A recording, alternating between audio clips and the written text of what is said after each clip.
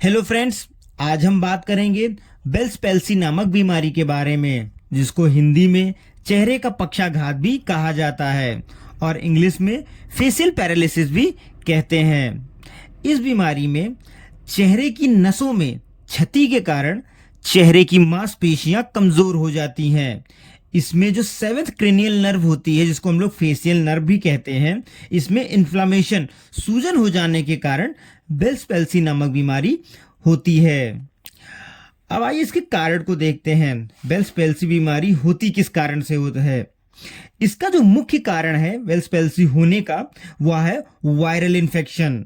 हाँ friends, viral infection के कारण बेल्स पैल्सी नामक बीमारी होती है, जैसे हर्पीस सिम्प्लेक्स वायरस या फिर अदर वायरस जैसे इन्फ्लुएंजा या फिर कोल्ड सोर नामक जो वायरस होते हैं। इस कारण से भी बेल्स पैल्सी नामक बीमारी हो जाती है। वायरल इन्फेक्शन के कारण जो फेशियल नर्व होती है उसमें सूजन हो जाता है। इसी कारण से बेल्स पैल्सी नामक बीमारी होती है।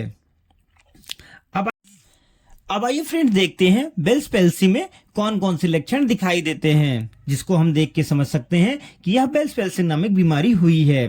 तो सबसे पहला लक्षण जो दिखता है, चेहरे का टेढ़ापन। हाँ फ्रेंड्स, चेहरे का टेढ़ापन। अचानक चेहरे का एक तरफ का हिस्सा कमजोर हो जाता है। जिस तरफ भी बेल्स पैल्सी नामक बीमारी से चेहरे का एक हिस्सा इफेक्ट होता है, वह चेहरे का हिस्सा जो होता है कमजोर हो जाता है, जिससे मुंह जो होता है एक तरफ लटक जाता है। दूसरा लक्षण है आंख बंद ना होना।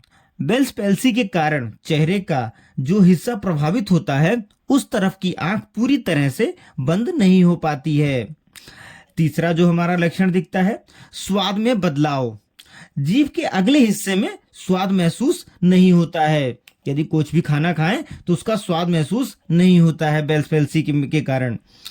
इसमें जो चौथा लक्षण दिखता है, मुख से लार टपकना और आंखों से कम आंसू आना, ये इसका लक्षण है। पांचवा लक्षण है कान के पीछे या जबड़े में तेज दर्द महसूस होना।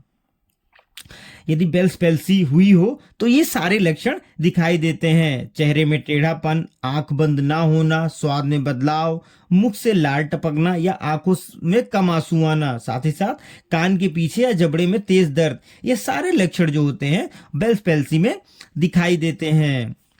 यदि चिकित्सा की अगर हम बात करें कि क्या ट्रीटमेंट दिया जाता है आमतौर पे बेल्स पैल्सी में, तो बेल्स पैल्सी में आमतौर से दवाओं से ही कुछ हफ्तों या महीनों में ये बीमारी ठीक हो जाती है। यदि प्रॉपर मेडिकेशन करते हैं तो बेल्स पैल्सी जो होती है बीमारी, ये कुछ हफ्ते या कुछ महीनों के अंदर ये ठीक हो जाती है बीमारी। तो आइए देखते हैं कौन कौन सी दवाएं इस्तेमाल की जाती हैं।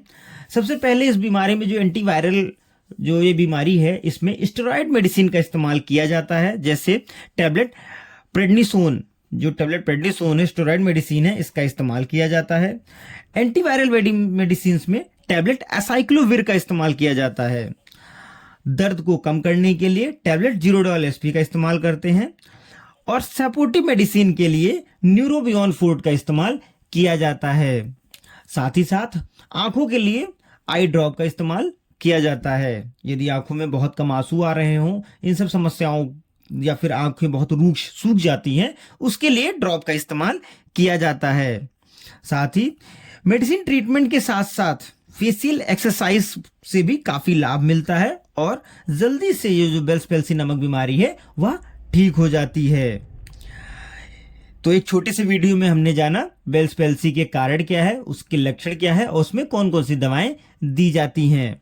यदि जानकारी पसंद आई हो तो लाइक एंड सब्सक्राइब करें। Thank you.